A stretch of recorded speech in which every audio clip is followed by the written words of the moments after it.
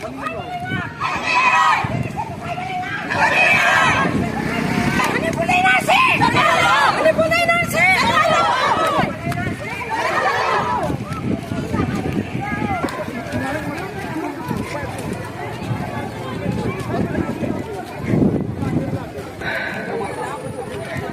kalikumanta,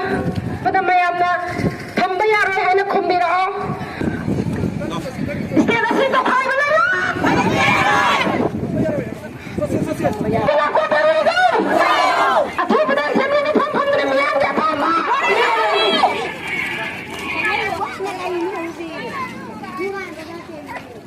Maniputa ka lang ko terrorism!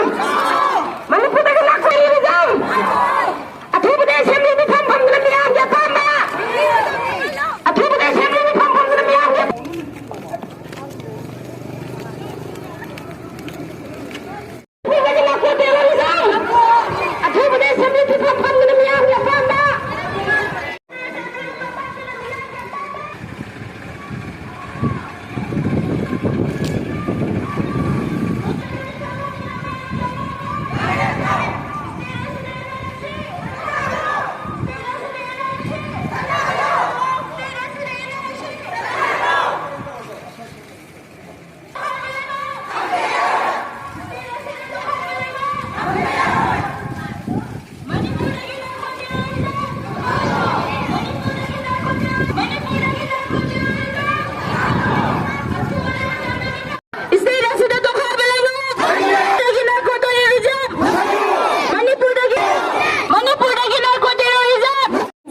apun bakarin bikok kuigin cycle sna pol apun basta koina ima mayam thona tuna kaithen phambi khungang lekai di ima mayam thona tuna koina slogan khara loina na lenga ki mathau jam na pangtho ni maram di min hum mudra mangani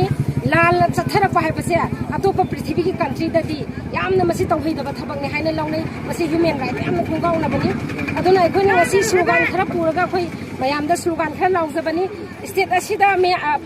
Tukai belengak se koi thamba sunga ya roi habje koi ki kholauni Manipur dagi nako terrorism muthatlu habje koi imam mayam ki kholauni aduga athoba da assembly me pham duna miyam ki apam mong da wari lau habje na koi chijo koi ki kholaw mani aduga state asida NRC je chukai choi dana sana halu habje akoi ki kholauni ta sena masi sum pangthok ta dana numin humbudra mangani koi na cha da thaktabam takbam khangdana loji loya da kapnari ba lan kapnari ba tawbi mayam se athoba da masi lengak na losendraga di akoi imam mayam si ba sang ba khangdana akoi sorok ta loina hena thola ga di akoi achauba mai hau lang pok achauba manipur mai chak pase akoi gi site gi pamja de aduna yani me ke thuba matam da lala selo sin bina ba warip lobdo